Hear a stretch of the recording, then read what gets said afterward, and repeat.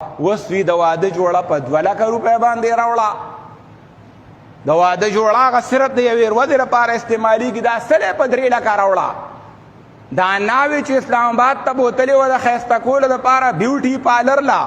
په هغې باندې 80,000 ولګولې، په هغې باندې 1 لک روپۍ ولګولې، په دې مخ کې وله کار وکړو، په دې سر کې وله کار وکړو، په دې غاړه وله کار وکړو او ښایسته کړې ده او مږلې ده، اغږلې ده او دلته راله پېژندې نه شي. یلکه داسې له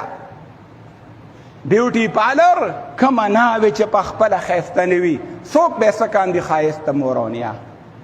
دا به څه ښایسي؟ ښایست خپل ښایست دی چې الله دله کوم درکړی دی، دغه ښایست دی. ښایست او کالی د دین کالی دی، ښایست او ښکلا دا د ښو اخلاقو کالی دی، د ښه خوی کالی دی، د ښه کردار کالی دی. په دې باندې خپل اولاد او خپل بچي ښایسته کوي. نو بیوټي پارلر لی بوځي، هغه په زرګونو روپۍ په هغې باندې لګوي او بیا داسې لبوي چې کله کور ته ستا سامان راغی که نه، جینۍ به راودیږي، سامان تې 15 ورځې مخکې راغی، نو د هغې دپاره به خپلې ښځې راځي، د هغې سامان د لګولو دپاره، د هغې د سیټ کولو دپاره، په ځای ځای کېښودو دپاره، هغه د نوښار او د مردان نه به ښځه راځي، کني د هغه بل چم نه به ښځه راځي او هغه په خپل ځای باندې هلکه د پردي کور کې مشرعله رالي، ړوند په خپل کور باندې داسې پوهېږي چې داسې پې سترګور نه پوهېږي. ته په کلاره کښېنه، مونږ ته چل مه ښیه، خو دا څه چلي دا د پیسو دپاره وي، ورکړې وله 10,000 روپۍ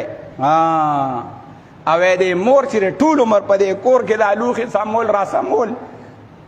دې مور لري چې ته یو 15,000 ورکړي دي، هغې غریبي خو ټول عمر لوښي سمول لا سمولو، هغې خو ټول عمر دا کټونه بار او دننه کولو، هغه مور هغې خو ټول عمر تاله پخولو، هغې خو ټول عمر تاله تنور اچو، هغې تاله ټول عمر کټوۍ سمسی کوله، خو چې په هوټل کې دله پردی چانګړی جینۍ وه، هغې راته لوښي کېښودو، هغې دله پلیټونه راوړو، نو ته وله ټیپ ورکوې، ټیپ د هوټل هغه پیسې ځان لري، 8,000 روپۍ به ورکوې د خوراک هغه، او دا 1,000 دا 1500 دې له ټیپ ورکړي چې دې زمونږ خدمت وکړو. دې مور لري چې دا خدمت چې له روزانه کوي، سهار او ماښام یې دله کوي، نو دې لري چې له ټیپ ورکړی خیر دی که نه؟ ریشا به وایې دې ښځې لري چې ته ټیپ ورکړی دی چې هغې غریب دې ټول عمر دا خدمت وکړو، هغې لري چې تینکس ویلي. کله د دیګونو وخت راشي، کله د مجموع وخت راشي او کټ اوچت شي په بعضې علاقو کې د کوره، نو خو د کټ بار کېدی،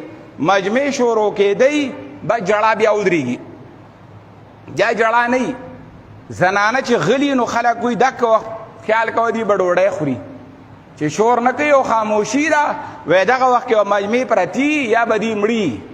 دا 2 خبرې یاد ساته.